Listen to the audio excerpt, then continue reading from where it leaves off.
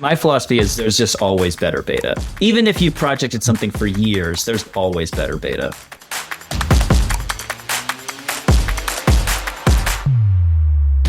Hey y'all, welcome back to The Struggle. I'm Ryan Devlin, and I am your host, and I am so excited to bring this episode to your earballs today because we are chatting with new friend of the show, Ethan Pringle. And oh, am I so glad that Ethan is a new friend of the show here. Ethan and I had a chance to hang out not too long ago at Rocktoberfest out at the Red River Gorge. Ethan was in doing a clinic and climbing and signing posters. I had him sign a poster for me. It's hanging on my office wall right now. And we also had an opportunity to get out and climb together and just hang out. And he is such a good guy and somebody that I've been following just, you know, as an amazing climber for many, many years. I mean, he's been climbing for like 30 years now and putting up incredibly hard routes and boulders and trad lines. I mean, basically this guy, he might be, is he like the most well-rounded and accomplished American climber? I don't know. It's hard to know. I mean, he just kind of, there's a lot of people, I guess, that could fit into that category, but he is certainly up there. And we talked about all of it in this conversation. Surely you are familiar with Ethan as a climber and his accomplishments. He's got an incredible YouTube channel. Highly recommend you go and subscribe to that.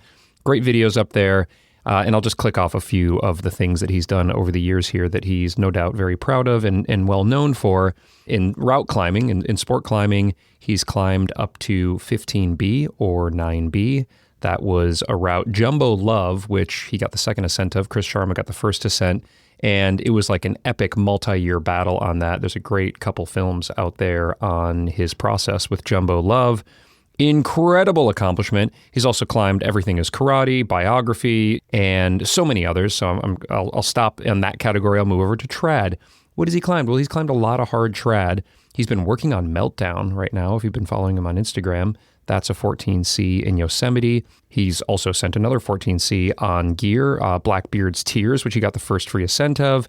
And then as a boulderer, he's very well known for doing like super bold, rated R, highball boulders, very hard boulders. He's done the Nest, oh my gosh, in Red Rock. That's a V15 or an 8C, and many others. Again, the list is far too long to go through right now, but we do talk about specific projects of his in this episode here and how his process, his tactics, his training or lack thereof, and especially his mindset has come into play in his career and also as he's still putting up some of the hardest lines and most beautiful lines, by the way, in the world. So I loved this chat. We wandered all over the place. I tried futilely to stick with the usual struggle format of training, nutrition, tactics, and mental game. We hit on all of those things, but we just kind of bounced around because we were, following the flow. We're just like, going where the psych was going. And I encourage you to listen all the way to the end of this one because there is just solid gold throughout, and especially it seems to be packed kind of in the back half of this conversation where we dive into tactics and the mental side of the sport and common mistakes, like errors that he sees a lot of climbers making these days through now his long lens of being a pro climber for decades now. And we have a banger bonus episode where he gives like a masterclass on bat hangs. And if you've seen Ethan do his thing, you know that bat hangs are one of the many very unique arrows in his quiver. So we dive into bat hangs and also Patreon Q&A, some really interesting questions and answers in that bonus episode. Let's just get right into this one because it's great and I don't want to stall anymore. We'll just get right into this interview. But on the back side of this, I'll tell you a little bit about how my climbing's been going, some recent breakthroughs for me and my climbing as just a weekend warrior here, so I can tell you a little bit about that. But right now, let's just go ahead and hang. I'm talking about bat hang with the one and only Ethan Pringle.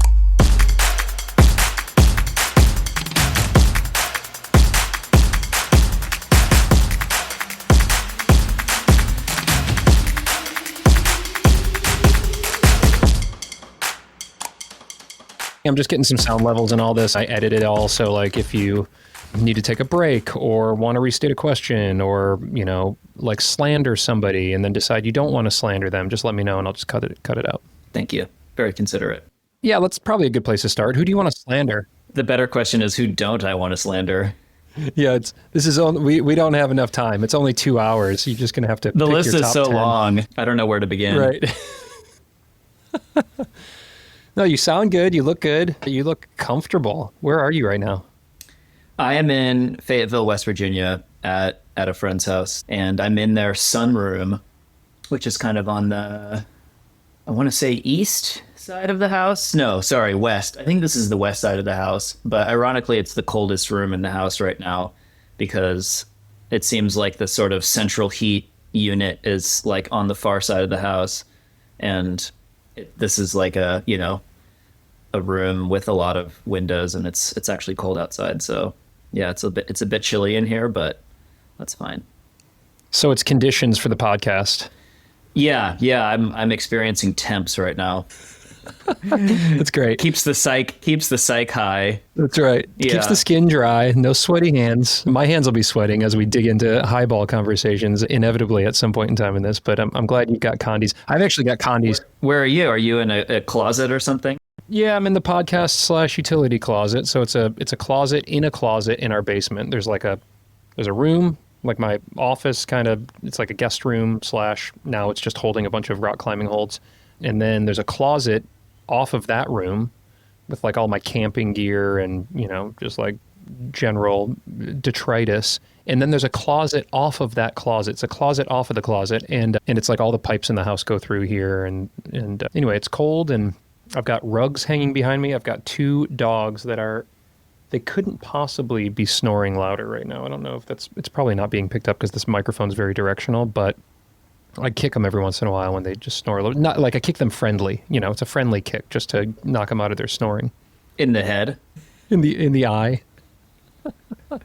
Yeah, you're an animal guy. I see you just posted like a whole series of pictures holding giant dogs and cats and all sorts of things. I am definitely, being an animal myself.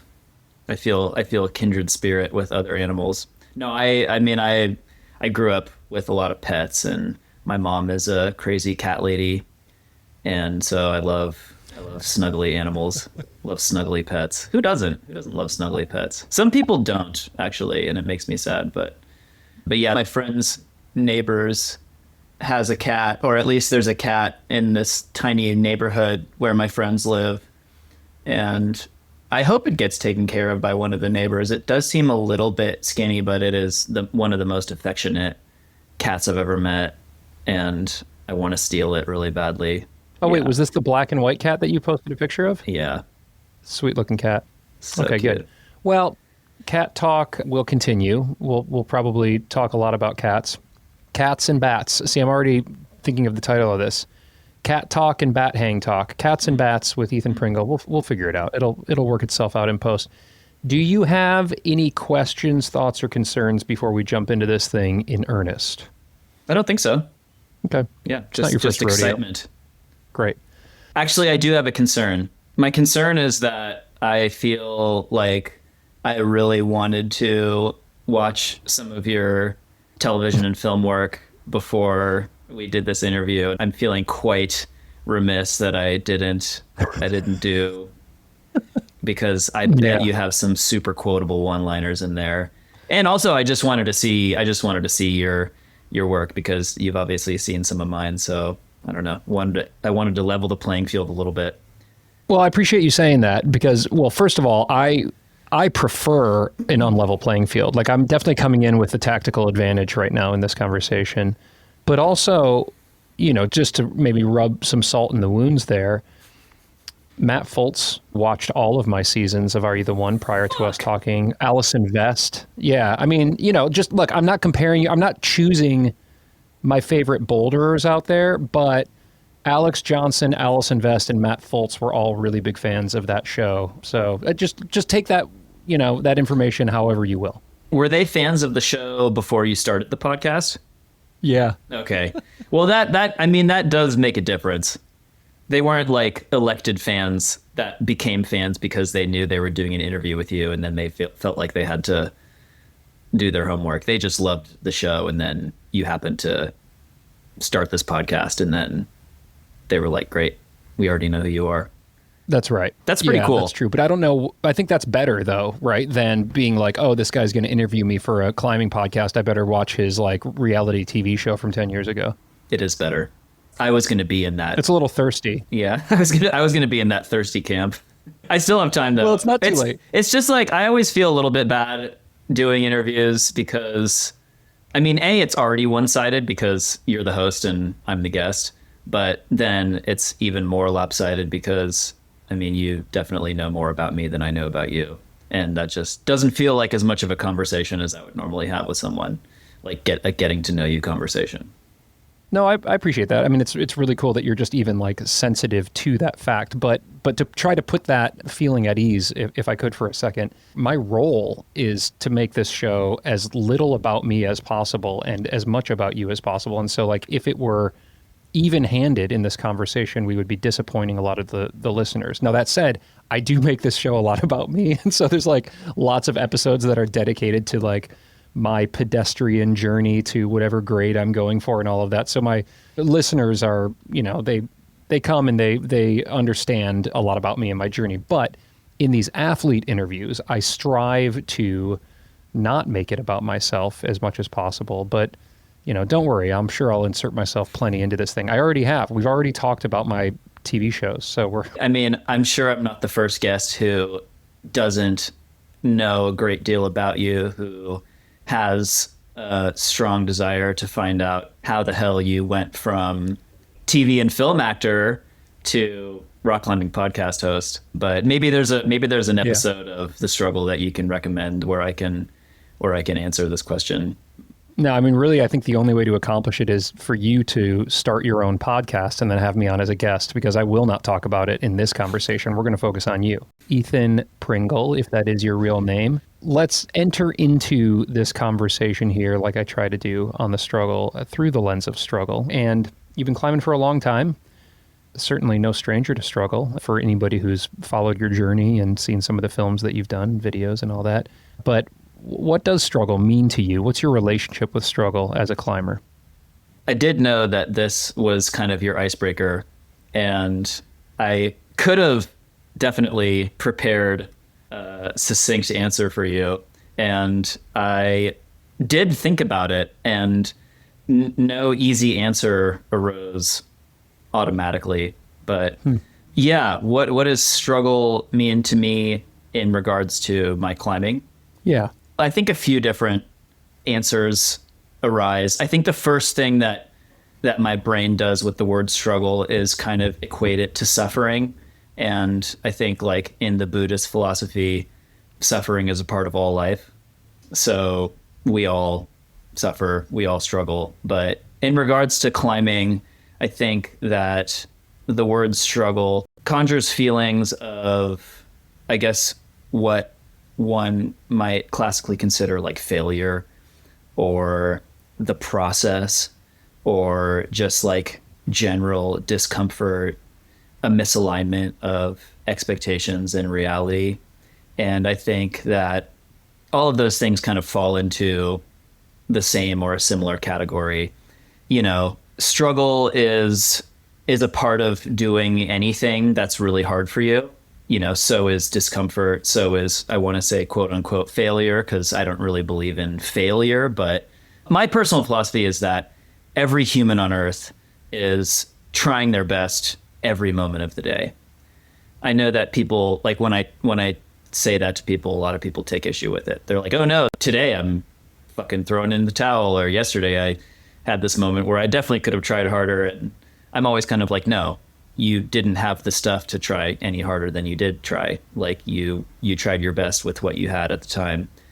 So I don't really believe in like failure, but I think that over the last, especially year, I have tried to consider just general discomfort as growth opportunity.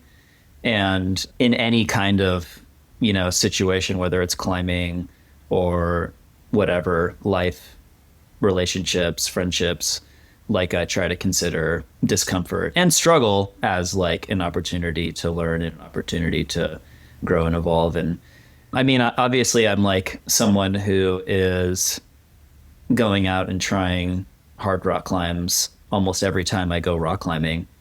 And so I'm encountering struggle almost every day that I go climbing. But, it's funny how much you can sort of romanticize the difficulties and the struggle of rock climbing. But then when it's actually happening, you can feel quite averse to it. And that's something that I've been noticing a lot of. But I think that like when just even bringing awareness to that phenomenon of, oh, this is way more uncomfortable than I imagine it to be.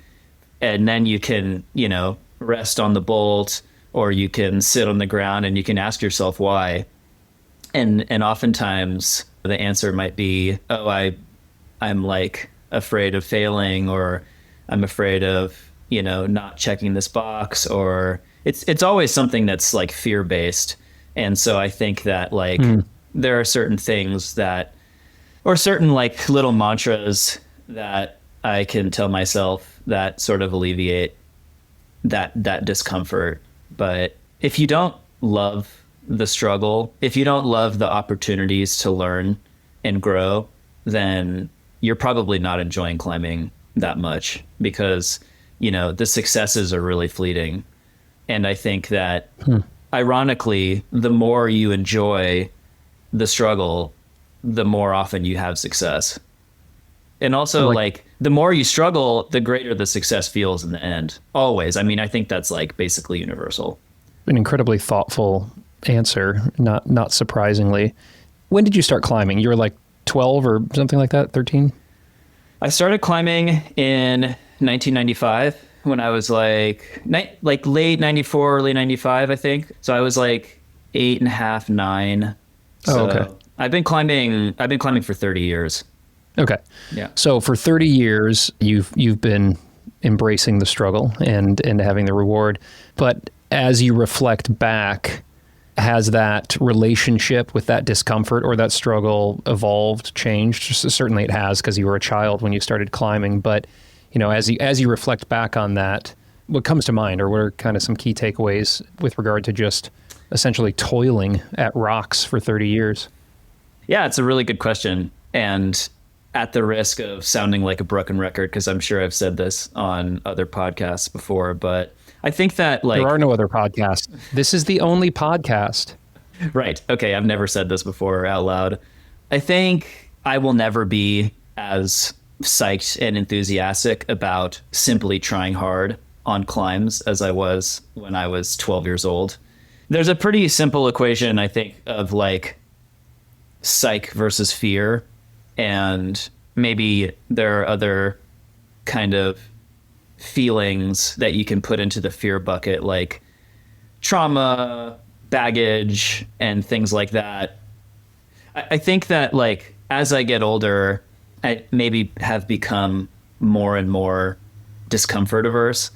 And I've noticed as I get older, the experience of struggling on a climb can really bring up a lot in ways that it just didn't when I was a much younger climber. Even in my 20s, I think that like the discomfort of struggling on a climb, it didn't bring up so much like baggage and past trauma and stuff. But I think that the older you get, maybe the heavier and more loaded those things feel. And I can see, I can feel it in myself, like when I'm faced with the stress and the fear around maybe the prospect of not completing a project, or like some sort of performance in front of other people, or maybe even not in front of other people. I can feel that the experience feels much more heavy than it did when I was in my teens and early 20s.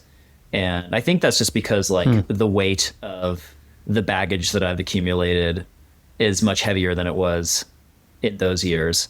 And I can also see in the body language other climbers who either are or aren't in my age category, I guess in our age category, that they also feel like a heaviness of baggage, insecurity, trauma when they're faced with the discomfort of struggling on a climb, when they're faced with the fear of failure, also the fear of success, or they're faced with just the discomfort and the insecurity of climbing, you know.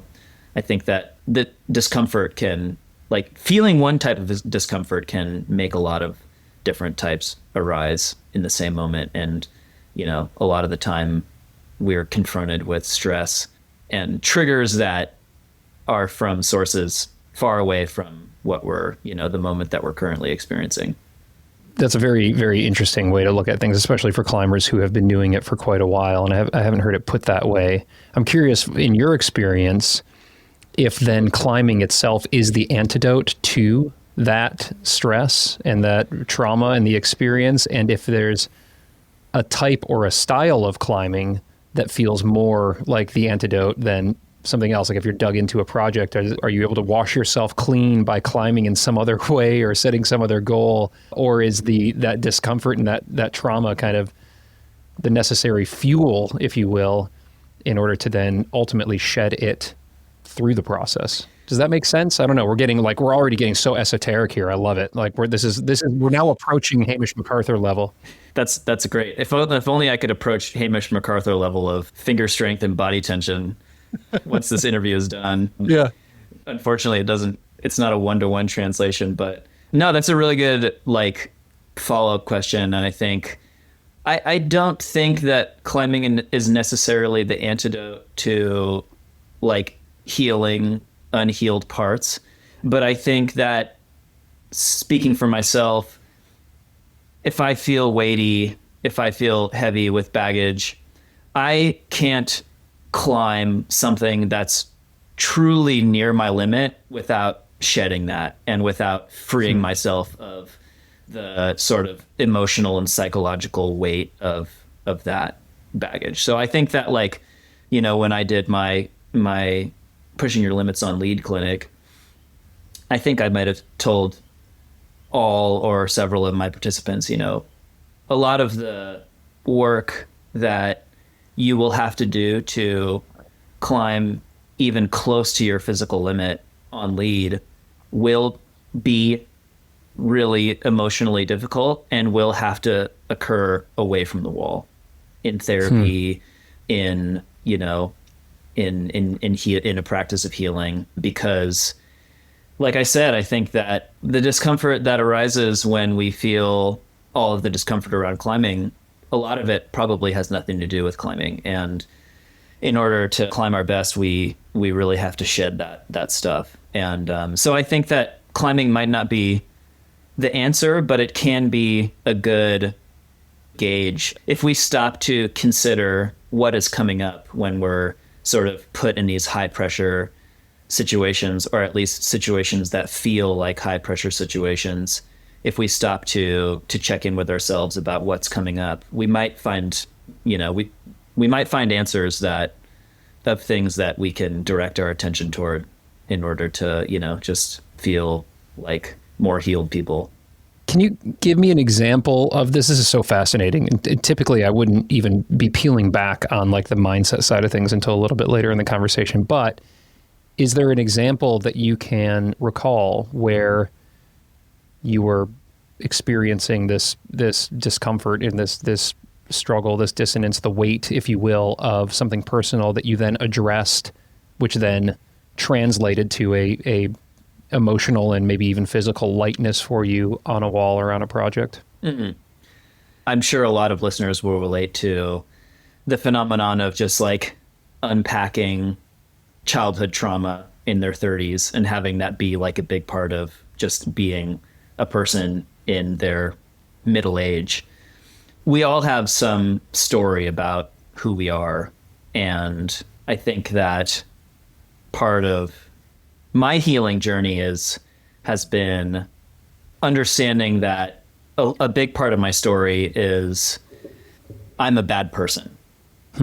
And I think that, you know, that's not a narrative that everyone has, or at least that's not a narrative that everyone is conscious of having. I think that is a narrative that a lot of people do carry, but I think that is, you know, that's like, you know, I have some some parts of myself that I'm working on healing that do carry some of that narrative. And I think that, you're not gonna climb your best if you think you're a shitty person, So yeah, I mean, I think that like there's always opportunity to just make allowances around that story and to give yourself space to feel that and to let that breathe. And I think it's not always that you need to change the story in order to free yourself of it.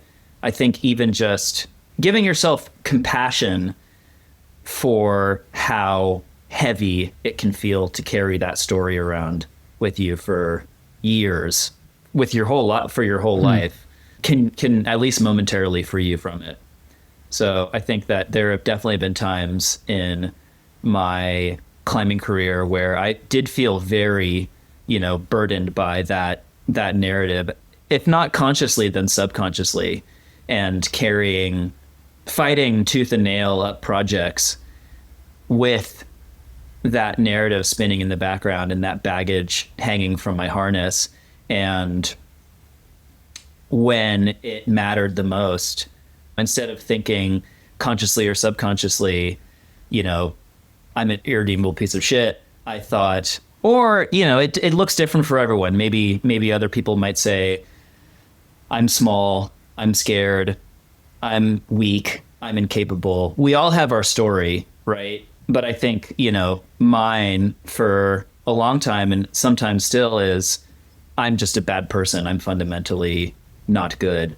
And I think there have been times in my climbing career where using one tool or another was able to sort of step out of that narrative and view myself from the perspective of a loved one, and then give myself some compassion for just how difficult it is to, carry that story around with you, and free myself of it, and then just feel like immediately 100 pounds lighter, and then send. That has happened a few times.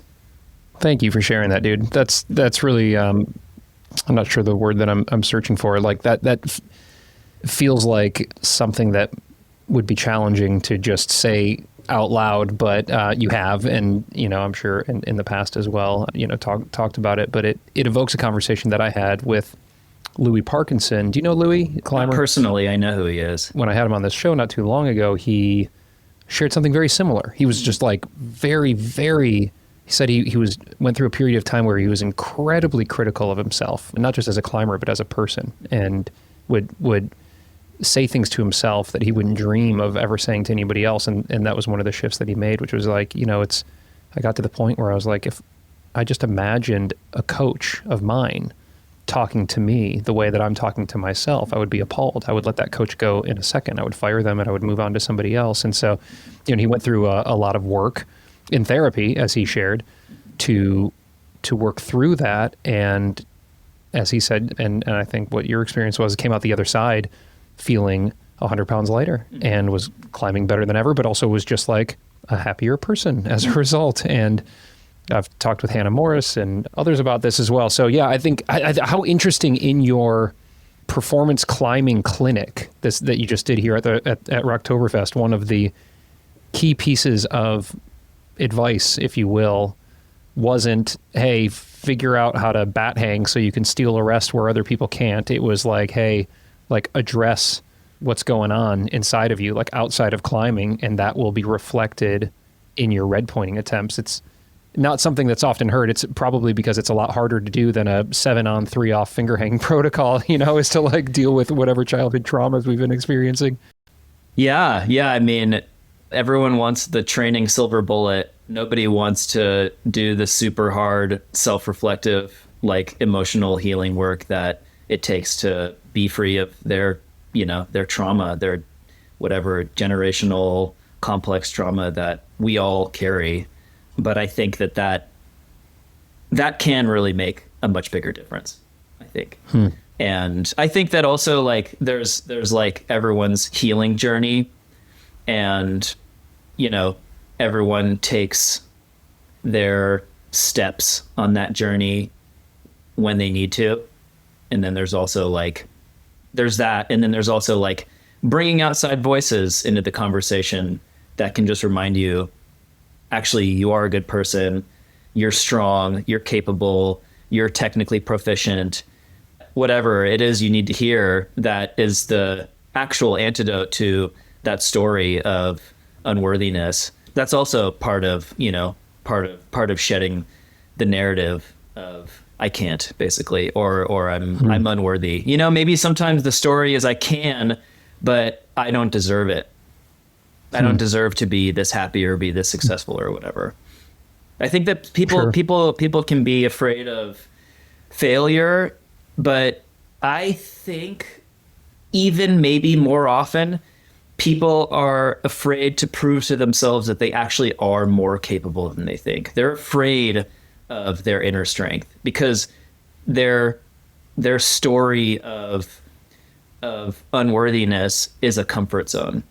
And beyond that comfort zone is a whole expanse of potential that might prove to them that they're much stronger and more capable than they think they are. But it's also an expanse of unknown. So I think that, like, yes, people are afraid of failure and people are afraid of disappointing themselves, which is a lot of the reason that people don't want to take risks and like push themselves. But I think that the reason that people don't want to take the risks and push themselves is because they might find out, oh, I actually am strong. I actually am good. I actually am whatever, God, what an interesting way to look at that. That's as you finish listening to the Hamish MacArthur episode, he does talk about that. He talks about how he was more concerned about what would happen when he did send Megatron or when he did send No One Warns the Wicked than if he couldn't. And Kai Leitner's talked about that as well, the arrival fallacy of, oh, I'll get here and I'll be super happy and all of this. What a interesting way to look at the other side of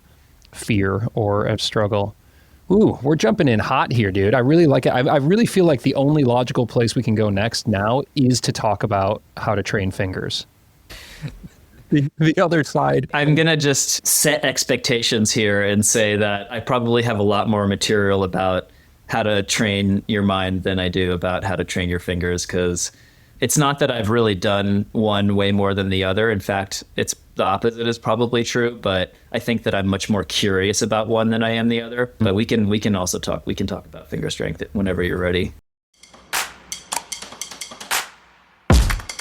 This episode is supported by PhysiVantage Nutrition, and I've been using PhysiVantage since long before there was ever even a podcast. I've been a paying customer for many years now. It tastes the best, and it does the best for me and supporting my goals in my training, my recovery, and my performance. I'm sure you all are familiar with their products. Their athlete team is crazy, from Alex Magos to Jonathan Segrist, Amity Worm to Daniel Woods, and so many other crushers out there are using PhysiVantage regularly. And that's because it works. I use their supercharged collagen every day before I train my fingers or I go climbing. I use their vegan PowerPlex protein, which tastes incredible. The chocolate flavored protein that PhysiVantage makes is just crazy. That's like my sweet treat that I have at the end of every day. I'll either mix it up with some water or milk, or I'll mix a scoop in with my plain Greek yogurt, and it tastes like chocolate pudding. It is so, so good. And then recently, because I've been trying to build up that endurance for my long, pumpy climbs out here at the Red, I've been using a lot of their Sendurex, which is like a beetroot extract. It's highly concentrated. It is science-backed to help support the endurance system. And I'm feeling like I'm climbing longer and harder and also recovering faster when I'm using PhysiVantage products. So I think you're going to love it too. If you haven't tried it, you can get 15% off your order over at PhysiVantage.com using code STRUGGLE15. If you're looking to level up your training, your recovery, and your performance, I have really felt the difference using this stuff for the past few years. And I think you will too. Check it all out at PhysiVantage.com and use code STRUGGLE15 to get that discount. All right, y'all, I just want to take a quick second here to share a little bit about how I've been training my fingers lately. Hot topic, finger training, and I'm really excited about this. This episode here is supported by my friends over at Nature Climbing. They make beautiful portable lifting edges, hangboards, and holds using a combination of wood and real granite or real sandstone, and it's those rock edges that really set Nature Climbing apart. So I've been using their stone hanger, which is like a portable lifting block, and the 20 millimeter granite edge on that thing is unlike any portable hanger that I have ever used. The texture's amazing, first off, so I'm able to pull harder than I would on like a normal wood edge. And then here's the bonus. These things are specifically crafted to toughen your skin for real rock climbing. Emil Abrahamson introduced me to Nature's Stuff, and man, am I glad he did. I love it so much. I now mix in my wooden edge training with this granite edge from Nature Climbing, and my skin feels tough, and my pain tolerance is better now, so that when I get out on real rock and I'm pulling hard, I'm better prepared for it now than I've ever been because of this training that I'm doing on the granite edge inside, just like in my house. And the last thing that I'll say about these boards and blocks that Nature Climbing makes is that they are works of art. They're crafted from beautiful, sustainable natural materials, and they are made to last for your entire climbing life. You can get 20% off. That's right, 20% off using code STRUGGLE right there in your show notes. That's code STRUGGLE at natureclimbing.com.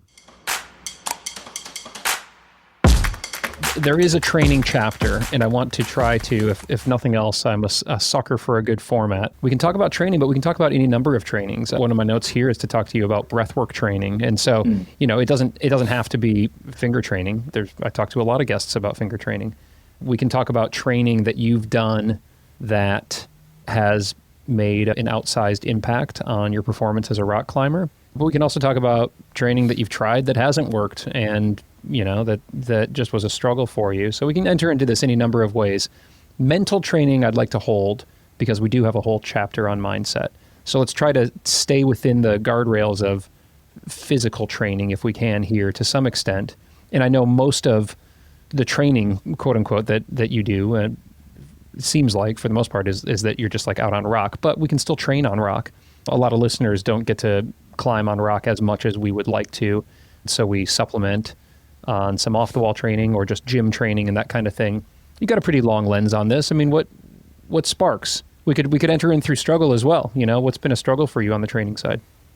I'm happy to answer that last question first because I do have an answer for that I think about pretty often, or that is like clear to anyone who knows me well, which is for me, the biggest struggle on the training front is that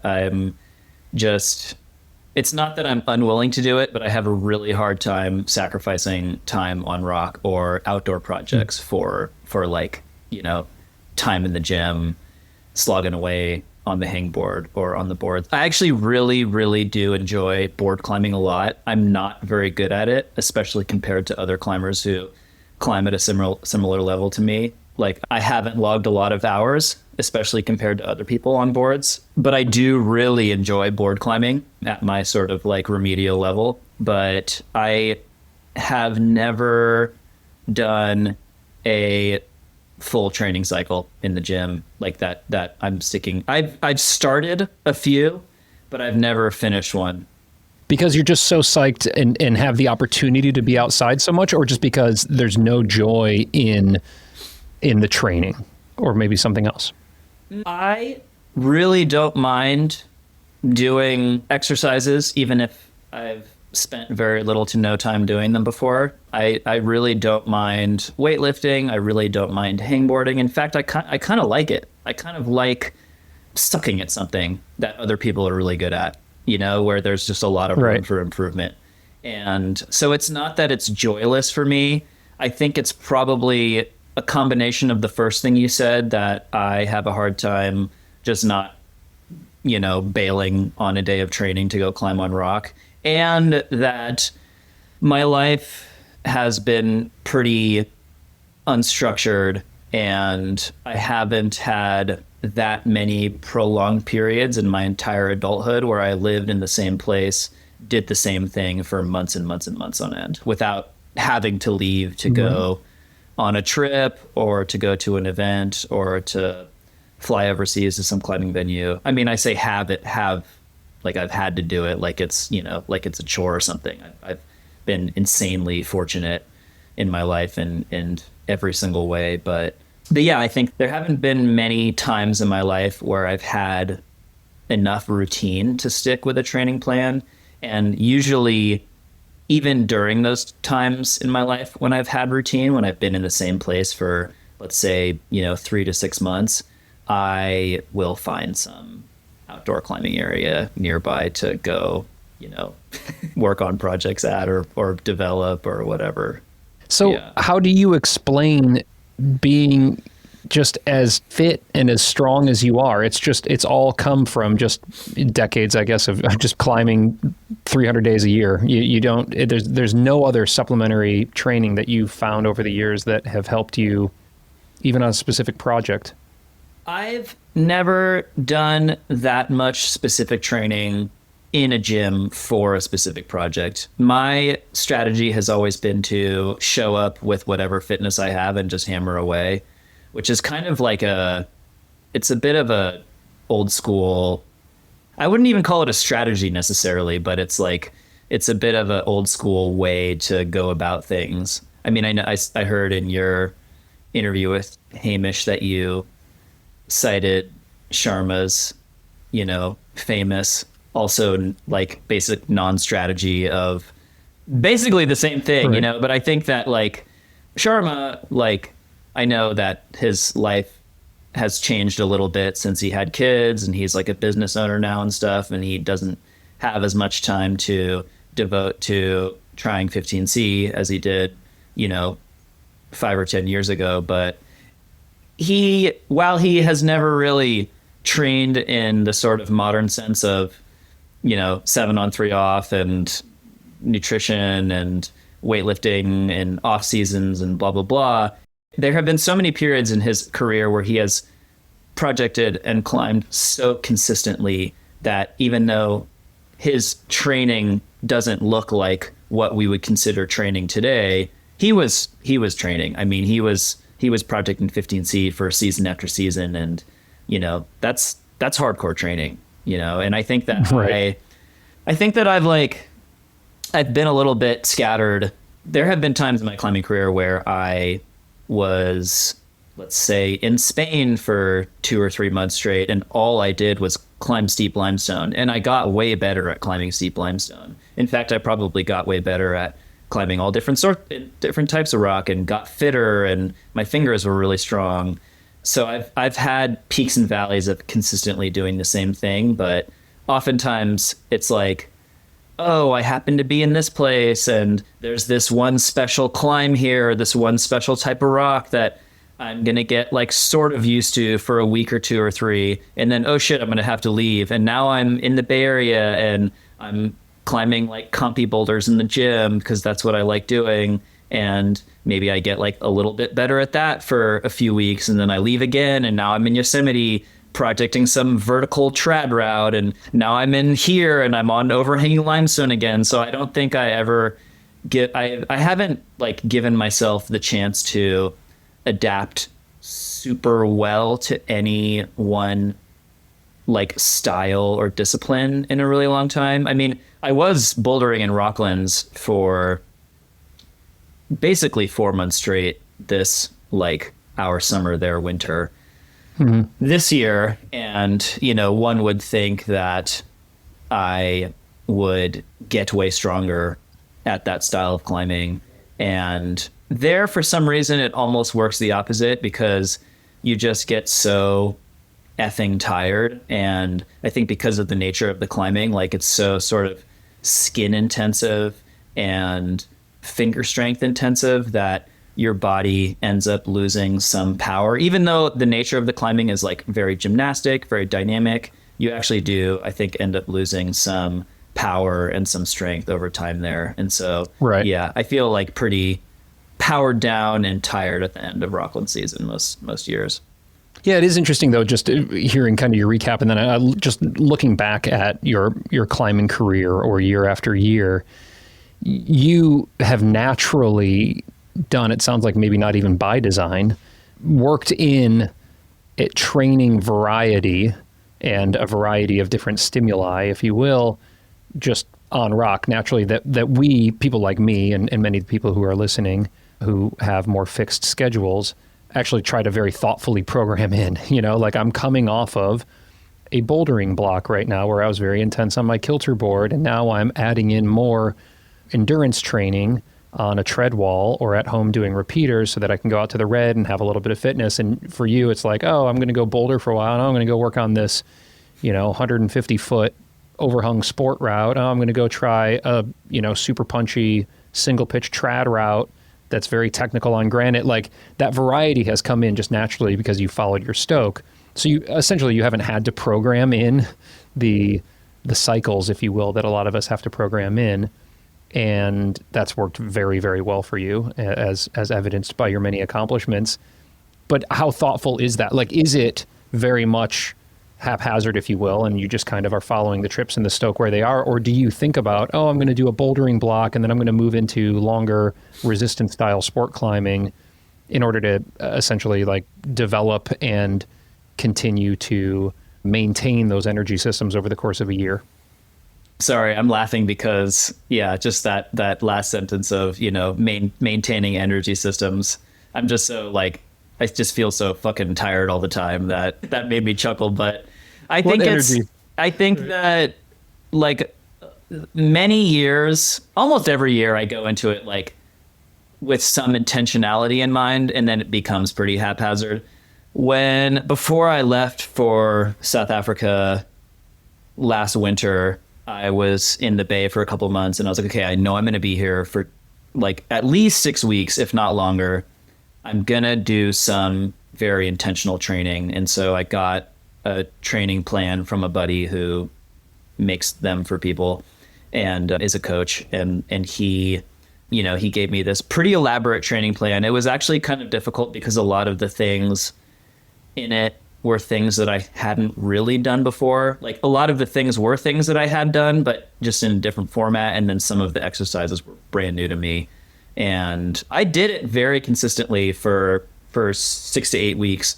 And when I got to Cape Town, I felt stronger. I was like flashing tons of V11s on the kilter board. And I didn't really try anything harder than that, but I felt very snappy and my fingers felt strong. And then, of course, like over the next couple months, a lot of those gains kind of went away, I think, partly because they weren't necessarily structural gains. They were more like neurological gains and like, I guess, like adaptation gains. But I think that like I have, I always have some grand plan in my head about like trying to climb the hardest project. But in reality, I just have way more fun like trying a lot of new stuff that I can do in a handful of sessions. And then I do actually pick projects that are really freaking hard for me. And sometimes I just don't do them because I don't put enough eggs in those baskets, Yeah. Like this year was my second year in a row projecting Monkey Wedding. Could you describe that for the audience here? Monkey Wedding is, I'm pretty sure it's the most repeated V15 in the world. And it's a V15 in Rocklands. It's a super famous one that Fred Nicole put up, I want to say in like the mid 2000s, early to mid 2000s. And I would say it's like the most famous test piece in Rocklands, or at least most repeated and most tried. And it's kind of atypical of Rocklands because it's sustained. There are a couple definite crux moves and crux sequences, but it's kind of like a semi-long sequence of moves, even though it's not tall. You start from a really low position, and then as soon as you pull off the ground, you're like trying pretty hard. But yeah, it's just it's really fingery, and it's really kind of bunchy, and in that way, it's pretty hard for me. Like I definitely am a lot better at like really huge spans between better holds. And there are some big moves on Monkey Wedding, but mostly it's kind of like getting into these really weird bunchy positions and then like generating out of them. And I think that if you have like V17 finger strength, you can climb it with a pretty healthy margin. You don't have to, find your most efficient method and do it on the day with the best possible conditions. You can be like Adam Shahar and just kind of like lerp your way up it, not really having to readjust on any of the holds, and basically not even using half the feet on it. But for me, it's like it's in a style that I find quite difficult, and it's pretty like physically limit for me. So nobody knows more about that boulder than I do at this point, but I still haven't done it. Not this year, but last year I had one big breakthrough attempt where I basically got up to like the one of the last hard moves on the climb. And about an hour later on a subsequent attempt, I partially tore my hamstring on it. So I had to stop trying for the rest of the season. And then this year I don't know, I just felt a bit more tired and not quite as strong on the moves. Maybe there was like a conditions crux that I wasn't really understanding. And I refined beta a lot and I still couldn't get back to my high point. Yeah. We'll move on to our next chapter in just a second here, but I think now that you're bringing up, there's a bit of rich territory here with regard to projecting. And somebody wrote in a question. Hannah asked, do you have a problem with unfinished routes, or are you fine to walk away? And what's the line between digging into a project as a necessity to send and digging yourself into a hole?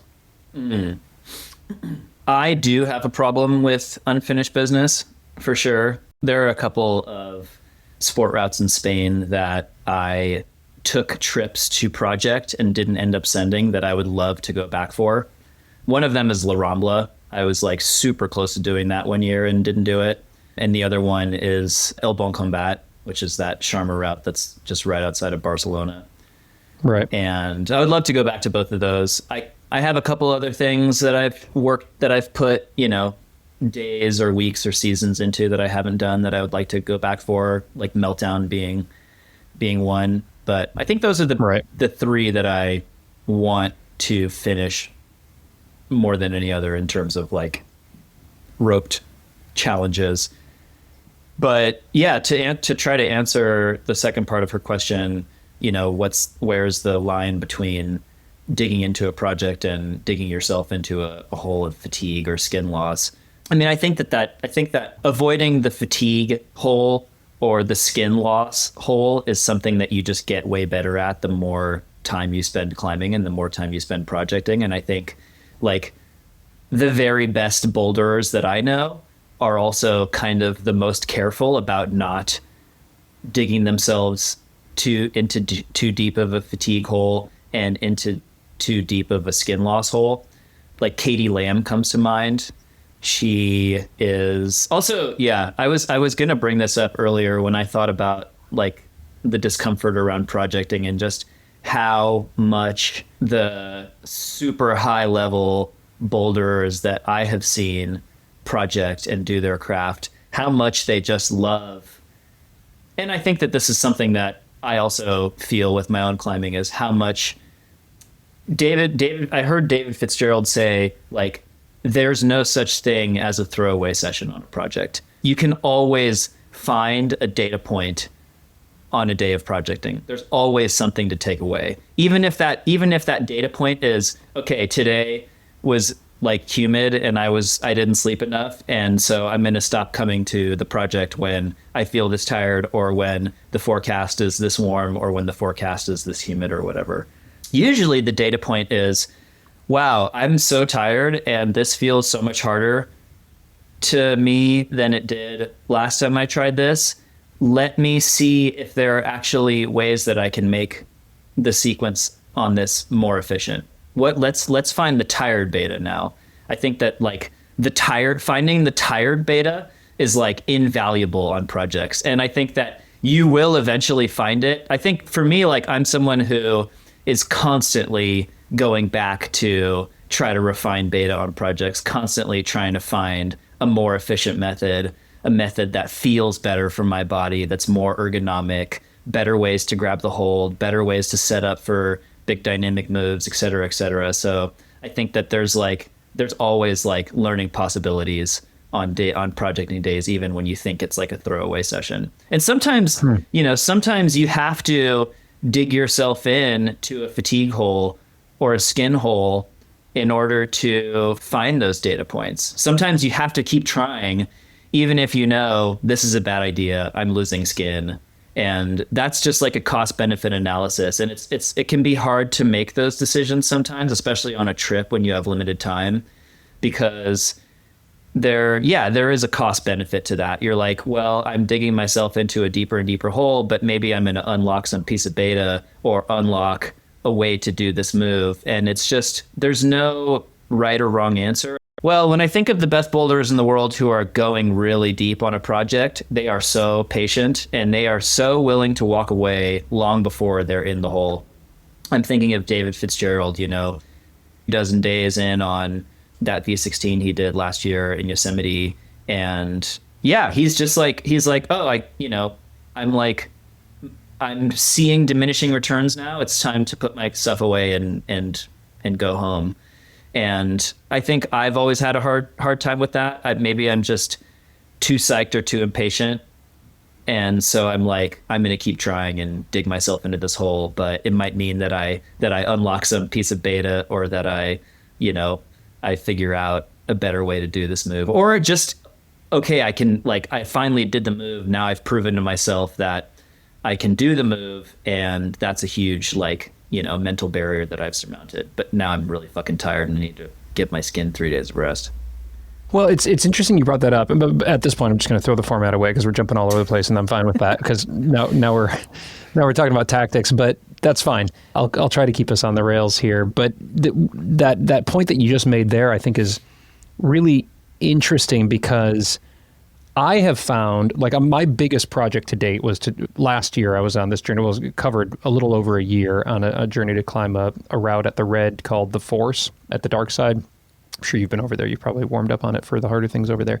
But it was my first 13A, and I was very close to sending it for weeks. I mean, many, many weeks. I probably should have the prior season.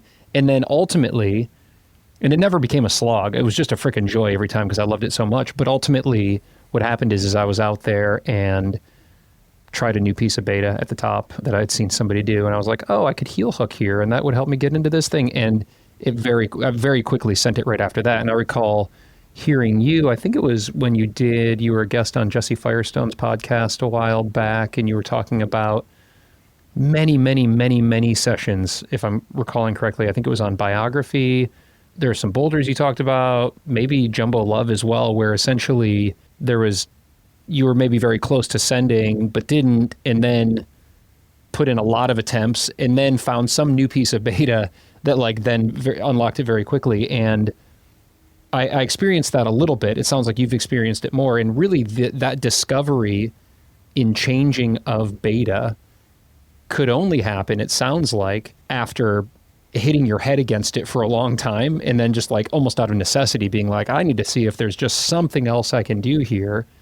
Whereas if you gave up and walked away, maybe that wouldn't have happened. Is that part of your process, or are those the exceptions to the rule? I'm a big proponent of trying lots of different stuff. I'm a big proponent of the philosophy that just because you can do a move or even a hard sequence on a climb doesn't mean that you even know what the best way or the most efficient way to do it is. Always go back and try different stuff. You're never done finding new beta. Never. I'm so about the ninth inning beta change. That oftentimes is what makes the biggest difference. Almost always. I mean, especially with aside from surrendering your emotional and psychological baggage, I think that the ninth inning beta change is oftentimes what makes a huge difference. So I think that the idea that we're done refining beta and now it's just time to train on the route and any go will happen is such a trap that I see so many climbers fall into. Never stop refining beta. If you fall on the same move from the bottom twice, it's time to check back in with that sequence. It's time to fuck around and see if there are other feet, other options, other intermediates, different hand sequences. Don't wait until you've fallen on the same move 5 or 10 times from the ground. I mean, my philosophy is there's just always better beta. Even if you projected something for years, there's always better beta.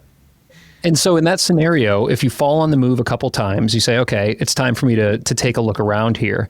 Are you first taking a look at that move itself and trying to find other beta, or is it potentially better beta that you need to find between the ground and that move so you can arrive at that move with a little bit more energy? Focus on the hardest bits first. Yeah, definitely focus on the hardest bits of the climb first and break those sequences down into their smallest parts. And okay, how can I actually do this move in a way that feels more ergonomic for my body, that feels more natural, that feels less forced? That's something that I really notice on projects, whether it's bouldering or roots. Like, am I really forcing this move to happen in a way that feels unnatural for my body? And if so, are there other options that I can toy with that make this move feel more natural and more flowy and just less uncomfortable for my body? And yeah, I've been through that process on so many climbs before. And like I've unlocked beta, like to go back to monkey wedding, which is the most repeated V15 in the world.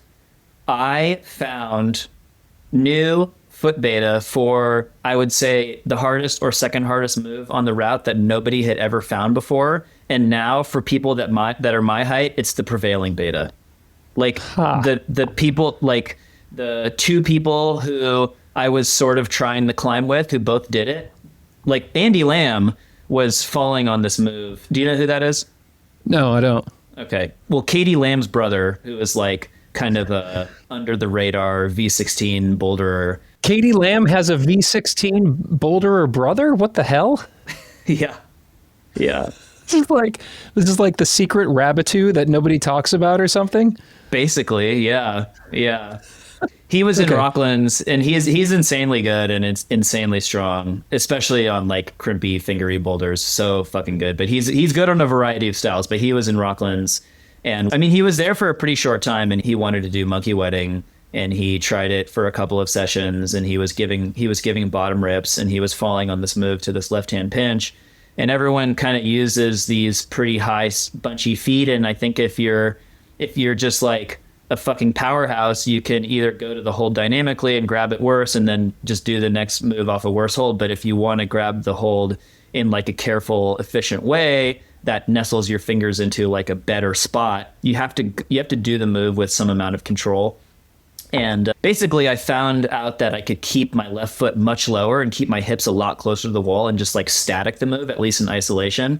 And our friend Paul Nadler was there. He watched me, figure out this new foot beta. And then he was watching, a few days later, he was watching Andy try the problem. Andy was falling on the move with the sort of standard high scrunchy foot beta.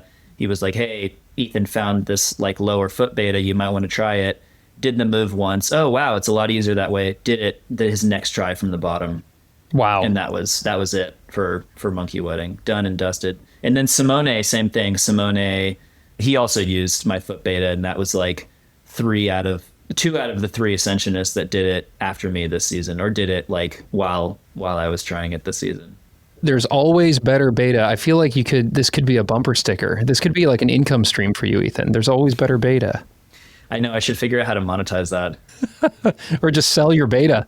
Like you're like the beta solver. Everybody was doing monkey wedding wrong, and now anybody who uses your foot sequence owes you a royalty. I actually haven't thought about the royalty foot sequence on monkey wedding, but I have thought about making a career by like finding better beta on people's projects for them. It's so good. Beta coach. 1-800 beta coach. That's too many digits. Oh my gosh, dude, that's so great. Yeah, that's quite interesting, because as I've had many conversations on the show with climbing coaches and athletes who think with a coach mindset like you were just expressing there, the difference oftentimes, maybe 99 out of 100 times, the difference between sending something and not, if you're talking about over the period of, weeks, not if you're talking about years where you go away for 6 months and do dedicated training on a specific muscle or something like that. But if you're sending something over the course of weeks, the difference is never you gained more strength or even really fitness, assuming you're, pretty conditioned when you come into the thing, because you can't. Over the course of days or weeks, there's just not a whole lot of adaptations happening. Typically what it is you've just figured out how to climb it better And that could be some body position stuff, and maybe the beta didn't change, but you just learned how to climb it more efficiently. But sometimes, or maybe oftentimes, the beta does change.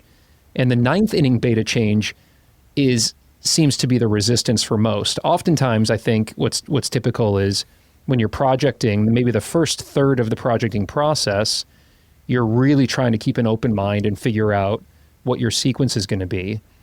But then at some point, you kind of have to decide on something, it feels like, correct me if I'm wrong, and then start making goes. And so then how do you knock yourself out of, I've decided this is my beta, to, okay, I'm going to go back to the drawing board? I don't think you necessarily have to go back to the drawing board, but I think just, okay, I've fallen on the same move 2, 3, 4 times in the bottom. Clearly, this is my crux right now. How can I make this move easier? It's not that hard of a formula. And I think that most really high-level sport climbers who don't have a huge margin on the stuff that they're projecting will tell you that looking for new beta on the hard parts of a route is just what you do until the end. I've seen so many climbers just like skipping rests because they think they have to, because they think they can't recover there, brute forcing their way through sort of moderately difficult sequences that they could add some tricks into to make way easier, and just using really not so efficient beta, or beta that is really, not ergonomic for their body on crux sequences. And they, it's just like, I think that a lot of it is just creativity. Look at Dave Graham. I mean, he's been climbing V16 for like 20 years. And a lot of it is just because he's a very creative person. He thinks outside the box. And he has this formula. He's never done changing beta. And he's never done just like, making sequences feel more efficient, learning how to relax his way through moves. I think that I'm someone, and I think maybe also Dave is someone who really takes like a sport climber's eye to bouldering, where we are trying to make every move on the boulder feel as efficient and sort of relaxing and restful as possible until the very hardest move, basically. This episode's brought to you by Rungni. Y'all know Rungni. It's Magnus Mitbo's company. I love every single thing they make. Let me highlight a few of my favorite products right now. First of all, the harness pants. Oh my gosh, you probably heard me talk about these pants like for the past year. They are durable, they are stretchy, they are feather light, and they look fantastic. And now, oh man, I'm really psyched. They just launched a new version of the harness pants. It's like an offshoot. It's the harness utility pants. More pockets, elastic waistband for the perfect fit, and also improved sizing. So whether you're rubbing up against rock or trekking through the forest, these pants are tough, they're durable, and they are built to withstand whatever you throw at them. And I also want to highlight Magdust Super Dry. This is a new chalk that they just came out with. Super dry formula. If you've got sweaty hands, or if you're like me, you're spending a lot of time in the gym right now, this stuff will keep your hands sticky on rock or plastic. I love all of it. You can use code STRUGGLE and get 10% off pretty much everything over at Rungni. Let's go. This episode's brought to you by the Force Board. Are you into training your fingers? Dumb question. You're a climber. You're obviously obsessed with your finger strength. You're probably looking at your fingers right now as I'm saying this. And let me tell you, the Force Board is a huge step up from hangboarding. If you're not familiar with what a force gauge is, it's this little digital device that connects to your phone, and as you pull on a block or a portable hangboard, it tells you exactly the force that you are using, so that you don't need to mount a hangboard, you don't need weights or pulleys to get the desired training stimulus, and you can track all of your data seamlessly and program your workouts right there in the app. And training your fingers this way, let me tell you, instead of doing weighted hangs, reduces injury risk and is just a heck of a lot faster, easier, and more consistent. I've been using one for months now. It is super portable, so I can easily bring it with me to the crag or to the gym for warm-ups. And then I'm also using it to train up my endurance right now, doing some 7-3 repeaters at 60% of my max, which is super easy to program because the app gives me that target line to hit on each and every pull. And as soon as I can't hit that target, I know my session's done. Boom. That's it. I don't get injured. I don't get overly fatigued. Hit that link in your show notes or swing on over to thestruggleclimbingshow.com/forceboard to learn more about it and score yourself $10 off your purchase by using code STRUGGLE at checkout. Well, let's continue down this this personal coaching session whole, if we can, through the lens of Ethan Pringle and your many accomplishments over the years here, and many failures. We can focus on failures too. But tactically speaking, what stands out to you as things that have been impactful for you when you've been climbing? And again, it's probably really hard to just like zero in on any one thing, because from boulders to high balls to trad climbs and big balls, like you do it all. So there's different tactics for different things, but what works for you? I mean, I think I probably apply more or less the same formula to every climb. I mean, I really do think that, and most climbers, most really expert climbers will probably back me up on this, that getting better at climbing, of course, like you can always make technique improvements, you can always make psychological improvements. For instance, I think that I'm maybe not stronger than I was 10 years ago, but I think I'm probably better. And I'm also probably better at executing like really committing dynamic moves than I was 10 years ago, even if I'm not as strong of a climber. But I think that strategy is so much of being a better climber. I mean, we talked already about getting creative with different kinds of beta, trying a lot of different stuff on projects. I mean, I think that like there's like medium to longer term projects where you have to find like pretty efficient methods in order to get up something. And then there's also like small projects where, you know, a strategy of harvesting a lot of beta in a really small amount of time also comes in handy. And I think that that is just hyper focus on the details, you know, like hyper focus on what am I doing on this move that allows me to do it, and what am I doing when I do it versus when I'm not doing it. But I mean, I think, you know, strategy and tactics are so important to climbing difficult things, especially climbing difficult things quickly. Like, I think that, yeah, I mean, I think that trying lots of different beta and not really giving send goes until you're kind of confident that your sequence is going to work well for your body is like a huge part of it, kind of like what we touched on earlier. But then just like not rapid firing, not climbing in the sun. I mean, I can give you a long list of mistakes that I see climbers making, but I see a lot of climbers, you know, falling really deep into a skin loss hole. I was just, you know, climbing with this young couple a couple of days ago on this thing here in the New River Gorge called Man on the Moon.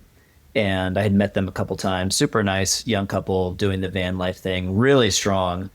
And we were all looking at each other's skin. And I was like, dude, Carson, like if I was in your boat, I would be taking, like, you need a week off, basically. I was like, you need like minimum 4 days. And he was like, what? Really? I was like, dude, look at all your fingertips. They're all so pink. Like, I would not be able to climb even close to my best with skin like that, you know? I would not be able to do anything super limit. And I think just like knowing how to spend your skin and energy is something that just evolves naturally as you mature as a climber. Knowing how to prioritize what and how to choose, you know, also just like drinking lots of water, bringing enough warm clothes to the crag. Don't forget your knee bar pad. Don't forget your chalk. Don't forget, you know, bring lots of pads so you don't feel scared, so that you can actually try as hard as you want to. Bring a rope if the top out is super scary and you think you might get there and be super gripped. Like, there are just so many. I actually really want to make some instructional content for people because I just see so many climbers making the same mistakes, and they could just be climbing so much better and just having such a better time if they just stopped making the same mistakes. Just don't climb when it's super hot in the sun. Just don't do it. I know you want to try this thing that all of your friends are trying, but just just fucking wait until it's in the shade. And if you have to leave before it's in the shade, then come back another day. The rock's not going anywhere. Also, brush the fucking holds. Like, don't, it helps to feel friction on the wall. Like, if all of the holds, especially like the biggest resting jugs on your climb, are just completely covered in chalk and you can't even feel the rock, that deteriorates our resource of like rock that is a limited resource that we all enjoy. And B, it's easier to climb things when you can feel friction on the holds. This is a great series. You got to do these. It's like tough love with Ethan Pringle or whatever. It's like, I know, don't climb in the sun. I actually told Katie that I want to do a whole instructional series and basically look really like exacerbated at the camera every time I say something like. Yes, that's what we need. It's just like, so you'll discover this when you finally dip into Are You the One? But by season 5, I was so exacerbated with the cast and the format, and I was just like, I was tired, and I had a newborn baby at the time that they all nicknamed me Mad Dad. And so like when I would come on and I would like yell at them for being dumb, I'd be like, you're dumb, you're not doing it right. They'd be like, oh, Mad Dad is here. So you could be the Mad Dad of climbing. This could be a great lane for you. Would I have to have a kid first before becoming Mad Dad? We're all your kids. All of us are your kids. Yeah, Connor, totally. or what was his name with the skin? He's your kid. We're all your kids. I do feel like Dad. I feel like Dad so much of the time. I'm like, we're leaving the car and I'm like, now do you have enough water? How much water do you have? And then they're like, right. My bottle's full. And I'm like, okay, first of all, that's 1 liter. We're about to be out for 6 hours. What the fuck are you doing? Also, are you actually going to drink any of that? Because I want to see that bottle empty by the time we get back to the car. Okay, now, do you have a parka? Because it's going to be cold out there. Do you have shorts? Because we're going to be hiking a long way. You might get really fucking hot. You're not going to be wanting to wear those pants. Do you have that extra pair of shoes for that one toe hook? Like, I'm so dad already. So good. It's really funny. It's literally how I sound every morning getting my kids out to school, dude. This is your lane. I love this for you. This is so good. How old are your kids? I've got a 7-year-old and a 10-year-old. They're awesome. They're great. Cool. Boys, both?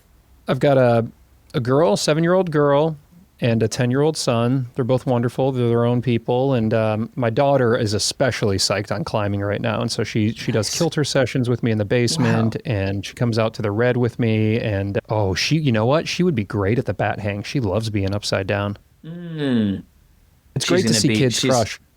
There's a girl that climbs that I see her out at like the Bob Marley cave quite often. She's done some hard stuff over there. She's like 11 or 12. She did Ultra Perm, which is a 13D out there. And anyway, she bat hangs on everything. Her name is Cam. Yeah, everything. She's got these tiny feet and she just bat hangs her way up everything. Wow, that's amazing. I need to meet this girl. Is she where is she from? She's from Michigan, and they road trip down to the Red like on the weekends. I just saw her out at Drive By Crag last week, and she was like handing out nerd gummies to everyone. She's a delight. Yeah. I'll send you her Instagram link. Cool. Yeah, I hear about so many of these like these tiny child phenoms everywhere around the country, and I'm just so excited to like see the journeys of these kid crushers.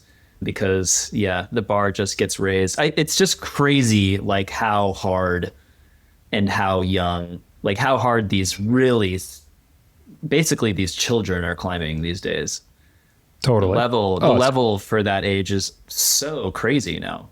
It's amazing to see. It's also like really demoralizing, but it's equal parts inspiring and demoralizing. But I have stories, who was I? I was talking with somebody who was climbing out because I was doing that project at the Dark Side, who was working on this classic route out there called Swing Line. And I think it was Chris Hampton, and like a 11-year-old Brooke Rabitou came up and like climbed it in her puffy, and so it's just, there's always going to be the next gen of crushers who come out and just do all this amazing stuff. And it really is cool to see. Well, good. That's good for your lane as Mad Dad as well, keeping us from making our mistakes. I want to talk about the mental side of climbing right now, which again, we've been talking about quite a bit, but I want to explore fear. You obviously had this film Addicting to Fear, and you've done some of the most wild high balls and just climbs in general that invite, I think, a level of fear into the process that could probably be quite enjoyable, but also could be a barrier to progress and success. I've certainly experienced that. And I got a lot of questions in from listeners when I put out the notice that we were talking, and a lot of them revolved around fear and managing fear. Most of them on boulders, and so like not even necessarily high balls. I experienced quite a bit of fear just bouldering at the gym, to be perfectly honest, at 46 years old, where I'm like, I don't want to roll my ankle. I don't know if I want to try that hard move, at the top of this climb. And so it's something that you've spent a career working with. And how do you look at fear of injury or of falling? Like, what's your relationship with that sensation? Can I first give a shout out to my wonderful wife, Katie, who filmed and edited all of our YouTube videos, but also Addicted to Fear in particular. Yeah, she's not only the most wonderful human that I've ever met, but a really, really talented and hardworking storyteller and editor. So yeah, if you haven't subscribed to our YouTube channel, it would do us a great favor if you did, and we'd be very grateful. Yeah, I can't recommend that film in particular enough, and a lot of the videos that I've seen that she's been a part of and are up on your channel there are just so beautifully shot and so thoughtfully edited, and I think have a playfulness and like a wink to them in terms of like entertainment value, more so than like a lot of the typical climbing films that I would see out there. And that might be like her female angle coming into it, or the fact that you guys are partners and she knows you, so she knows how to get some of these moments out. But it's not just about like rad climbing, which of course is in there, but it's really about like kind of feeling like I'm a part of this moment in this crew. And then the cinematography itself is just stunning. So yeah, shout out to her. They're so good. It's really wonderful to watch. Thanks for saying all that. Yeah, and noticing the elements of humor that we try to include in our videos. I think life is funny, and art that doesn't have elements of humor and doesn't have, all of those elements of life doesn't feel like holistic art to me. But yeah, anyway, I think that we try to bring a lightness to our content that you don't see, a great deal of represented in climbing media in general. But yeah, I think, in that same vein, I think that I also try to bring like a lightness and silliness. I mean, I'm a pretty silly person. I think I have a serious side, but even like within the seriousness of my climbing, I can usually kind of extract myself from the seriousness and step one foot into the silliness. And I always have more fun when there's like a lightness and like an inclusivity in the process of projecting, especially when there's like an element of potential risk or consequence to the projects. But I would say of course, fear and insecurity is so much a part of life, but like we touched on at the very beginning of this recording, we're all bringing our psychological and emotional baggage with us everywhere. And a lot of times the aversion to the discomfort of encountering that baggage manifests as fear. And fear can look like a lot of things for a lot of different people. I think that people can react to the fear that they feel in a number of ways. You see some people acting like really overconfident. You see some people looking really gripped. You see some people looking really timid. You see a lot of people saying take and giving up way sooner than they need to. And I think that, climbing is inherently dangerous, and it's just not an activity that you can do and reduce the risk of injury to zero. It will just never be it will never be a 100% guaranteed safe activity. think that we can all just acknowledge that. But I think for me, most of the fear I experience in climbing relates to this encounter with insecurity, with emotional baggage, and what comes up for me in like pressurized situations where there's like an element of performance. And certainly when there's an element of perceived danger or potential consequence. But definitely like the visceral sort of like, oh my God, I'm putting myself into like a unsafe feeling situation usually only arises at least really acutely when there is like when there's an element of like potential consequence to what I'm doing, like on a highball boulder or on like an R-rated trad route or something.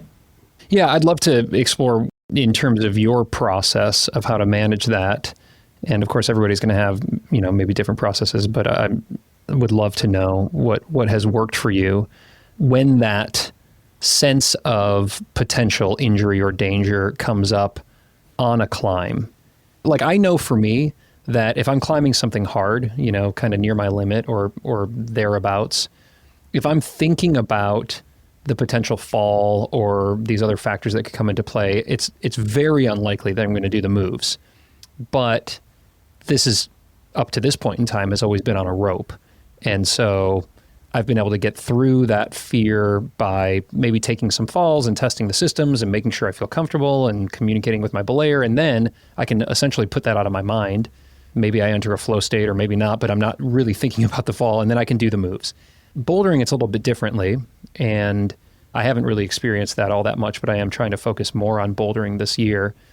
But when I am up high, at least up to this point, I haven't really had much success recognizing the potential risk, but then being able to focus on the movement and just kind of purely on the movement. Like that risk is always there, or maybe it's not the risk, it's like the contingency plan in the back of my head of how am I going to try to fall and land in a way that will be the safest? And that's kind of like always there. Like I'll make a move and I'll be like, okay, well now I'm at this point. And so if I come off here, I need to try to spin my body and land this way, And so like, it's just ever present. And is that something that you are still present of when you're doing these rated R lines or high balls? Or are you able to get to a point where you aren't thinking about it? There's kind of a complicated calculation that goes into risk assessment. The sum of this calculation it's kind of like a yes or no, like, am I going to go for it or am I not going to go for it? Or maybe the sum of the calculation is, if I fall, will I be okay? There's kind of like maybe there's like a threshold of, okay, if I climb above this move, I'm committed. And my only choice at that point is to focus as much as I can, climb as efficiently as I can, and just try as hard as I can not to fall. And so there's kind of like this threshold on a climb, whether it's any climb with potential consequence, where you're like, okay, above this move, I am deciding before I leave the ground that if I get past this move, I am 100% committed. And I think the question that you have to ask yourself isn't necessarily, if I fall, am I going to be okay? Because I think that you kind of have to assume that the answer to that is going to be no. So I think that the question that you really have to ask yourself is, can I climb above this move and still climb relaxed enough and efficiently enough to send? That's the real question that you're asking yourself. And I think that if the answer is no, you probably shouldn't do it. But I think that you have to have a lot of experience putting yourself in those situations to know what the answer to that question is going to be, to know, am I going to be relaxed up there or am I going to be gripped out of my mind? If I am gripped out of my mind, am I still going to be able to do it? Because the consequences of falling from that point or anywhere above that point seem too severe to accept. You're like, okay, above this point, I cannot accept the risk of falling. So can I accept the risk of being so gripped that I can't climb the route efficiently enough or relax enough to actually send? And I think that the more sort of data that you put into that the more experience that you have assessing risk, putting yourself in those situations, knowing how you react, and sort of approaching those situations with caution, but also with confidence, like this kind of like weird cocktail of relaxation, focus, caution, and confidence. Like the more data you put into that equation, the more educated of a guess you can make about, yes, I can imagine myself up in that situation and know pretty unequivocally that I'm going to be okay, that I'm not going to be so gripped that I'm just going to like freeze up and get pumped out of my mind and fall and take a catastrophic fall. Sometimes, and I think that the simplest way to put it is, what's greater, my psyche or my fear? When you ask yourself that, it can be a very loaded question, because sometimes it's like, I feel really psyched, but maybe I feel really psyched because I feel some pressure to actually send. And you know, I also feel really afraid because I'm thinking more about the joy of climbing this climb. I'm thinking more about the consequences of a fall than I am about the joy of having this experience. And I think that you know, there's a lot of things you can do. I feel like I should go back a step or two and just say, like, I'm really lucky that my sort of foundational years in climbing were spent sport climbing and like really pushing my limits sport climbing, because it sort of showed me really acutely what I was capable of physically when I was climbing really relaxed and focused. And taking that knowledge of what I was capable of to somewhat more risky forms of climbing like trad climbing and bouldering, you know, I could make really educated decisions about like risk assessment, just knowing, okay, this is hard and this is high, but I've been in this place so many times before that I know I can do it. And if I can't do it, I know I can let go and fall to the pads and be safe. Or I know I can let go and fall in that one cam and it's going to hold. I think when people get in trouble is when they're really second guessing themselves and they're really putting themselves in a place where they just can't climb, relax enough and with enough confidence to actually either pull it off or let go and drop safely. And I think that having a really, really solid, like when newer climbers tell me like, oh, I'm really psyched on trad climbing and I'm like getting into trad and I'm doing this multi-pitch stuff. Sometimes I hear alarm bells going off, because I'm like, trad climbing is so dangerous. Like, it is so much more dangerous than sport climbing. It's so much more dangerous than bouldering. And personally, I mean, a long time ago, before sport routes were just like bolted all over the world, you know, everyone was just like, they just had a set of like chocks and parallel sided stoppers, and they just like quested up some fucking off with that. And, you know, that's just all people had to do. Like, when they went climbing, they were just like climbing big features with really minimal gear, and they just had to be such fucking Jedis, and that was just rock climbing. And now, like, we've created, rock climbing is so different. So much of us do it in this really cozy, safe space in the gym over bouldering pads, and we just like forget how dangerous it can be. And then like these newer climbers go outside and they're putting themselves in positions of potential consequence and they don't even realize it. Maybe their body knows it before their conscious mind knows it, and they can feel the danger. And, you know, I think that feeling the danger and being paralyzed by it is so much more risky than understanding the dangers before you go into it and approaching those dangers with confidence. And so when newer climbers tell me like they're getting into trad and they're really psyched on trad, and I can tell that they don't have a solid foundation of like really pushing themselves over on lead, no matter what the protection is, I kind of hear alarm bells going off. And I think like the best foundation for a solid trad climbing practice or a solid high bowling practice is sport climbing, because you can know I'm pumped, I'm tired, and I'm uncomfortable, but I've been in similar positions 1,000 times before, and I can either like I've gotten through this before. I've been way more pumped. I've been way more comfortable, and it's like you can't know how to do every move in climbing before. It's like I've quested up so many multi-pitch trad routes and have been like, this is a size crack that I've never done before. This is like a type of move that I've never done before. The only way to get creative enough to move through those situations with confidence is to get creative and sort of do a move at a time or do half a move at a time and just be so comfortable with that discomfort of fear and danger and consequence that you can get creative. But if you're like paralyzed by the fear, you won't have the bandwidth to be creative and to be able to approach that uncertainty with confidence. I think that sport climbing is like a really underrated foundation for trad climbing and for high ball bouldering. That's my pitch. First of all, that's comforting to me because predominantly my background as a climber up to this point is sport climbing. But I wouldn't have drawn that parallel, drawn that kind of connecting line there as you just did. But it does make sense in terms of how we understand our body in what we're capable of in different positions.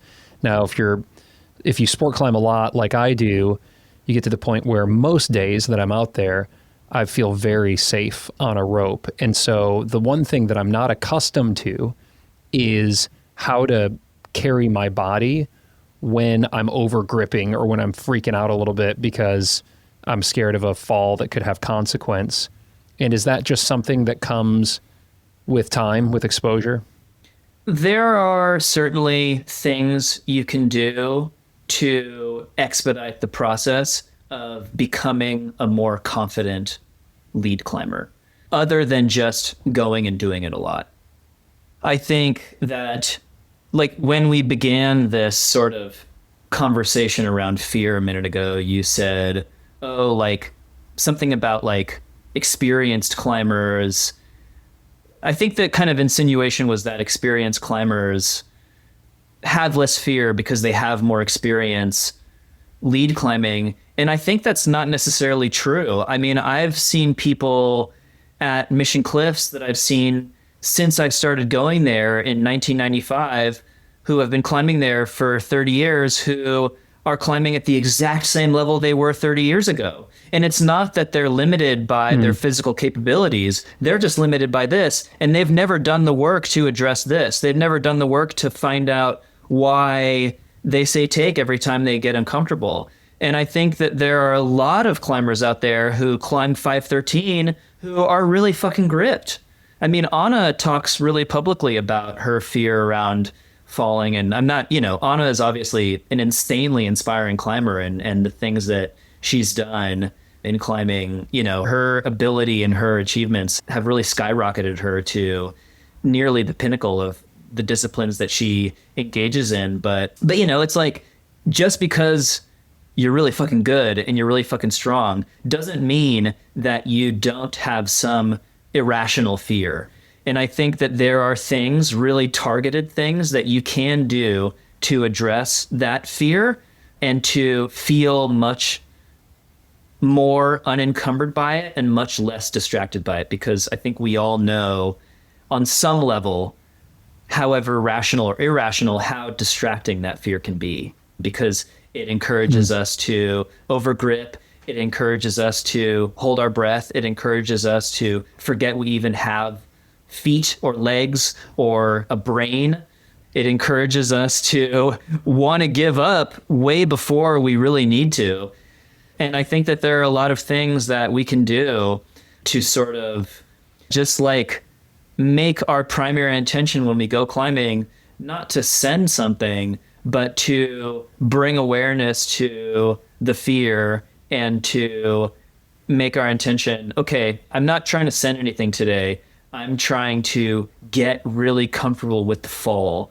And I'm actually going to go a step further and I'm going to try to have the fall be fun. I mean, I was so lucky when I learned to like when I started really pushing myself in the gym, because I was always a little bit of a daredevil. And once I realized how thrilling safe lead falls in the gym were, I was trying to take the biggest lead falls I could possibly take in the gym. I was in there skipping the last bolt and winging off the top and, falling recklessly almost to the ground and just enjoying every second of it. And I think that is like, I obviously have a very fortunate and privileged disposition to like have that be who I am. But a lot of people, like, especially people who get into climbing later in life, they, for whatever reason, whether it's emotionally and psychological baggage, which it probably is a lot of that, or whether it's just like a survival response to feeling that sort of physical discomfort or that, potential consequence, just feel really held back by the fear and the insecurity that comes up. And I think there's a lot of like Arno Ilner, Hazel, a number of other, mentors and luminaries in climbing will tell you roughly the same things about how to address this fear, probably better than I will. But I think that it's all up here. I mean, this is our biggest strength and our biggest, barrier to climbing anywhere close to our physical limit. Hell yeah.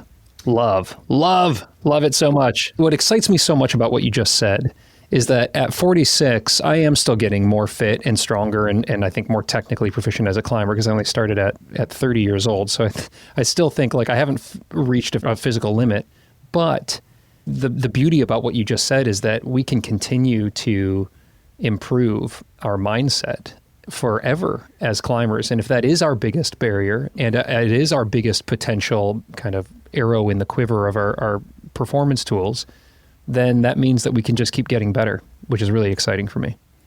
Yeah, I mean, I think that people put way more emphasis on like physical training and way too little emphasis on psychological training and probably just mental health in order to perform near our limit. I mean, I think when we stop thinking about climbing as a performance and we start thinking about it as vertical yoga, where we're just trying to be as comfortable and feel as safe within like the discomfort and the fear of climbing, then, we're really existing more in the moment. And like, I think that like, I don't know, it probably sounds very hippy dippy and cliche, but I think just like, yeah, thinking of climbing as like a moving meditation rather than like a, pass fail exam or a performance or, a success versus failure endeavor, and thinking more about like, how can I make this activity feel as joyful and comfortable and like sort of flowy and meditative as I can, will help people so much more than like, any training protocol ever could, I think. All right, y'all, that wraps things up with the one and only Ethan Pringle. What a psyched and informative and interesting and unexpected conversation this was. I really hope you enjoyed it as much as I did. And if you did, there's more. There's 30 minutes more that we've got in a bonus episode where Ethan gives a master class on bat hanging. And if you're a route climber, I don't know, guys, maybe I'm crazy. Maybe I'm crazy for thinking this, but I actually feel like bat hangs might be this like secret untapped weapon, because I saw him do it in person. I was climbing with him at the Red and I saw him bat hang his way up this route. He got like 3 no hands rests on a route that Jesse Grouper, Olympian Jesse Grouper, climbed before him and sent because it's Jesse Grouper. But then Ethan was like, there's no way I would have done this if I couldn't have gotten the bat hangs. So it was so impressive to see. And then I was like, well, shit, I could do that. I don't know if I can do it. But anyway, he talks me through it. He talks me through it in this bonus episode. And he also answers a bunch of Patreon listener questions. So that's an extra 30 minutes right there. And if you sign up to join Patreon And you can do it on a free trial, by the way. There's a 7-day free trial if you just want to like check it out and have no risk, way to do that. You can do it on a trial, or if you sign up and you give me $7 a month, that'd be fine too. I'm going to raise those Patreon prices pretty soon, by the way. So you can get in now and you're locked in forever. So now's the time.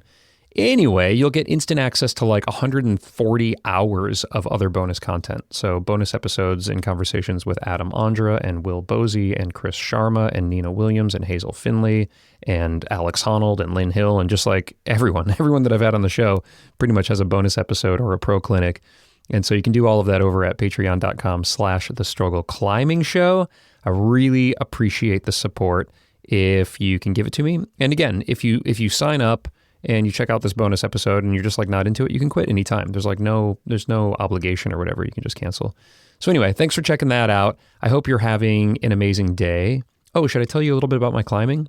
Yeah, if you're interested. I mean, if you're not interested, you can just turn it off. It's your podcast.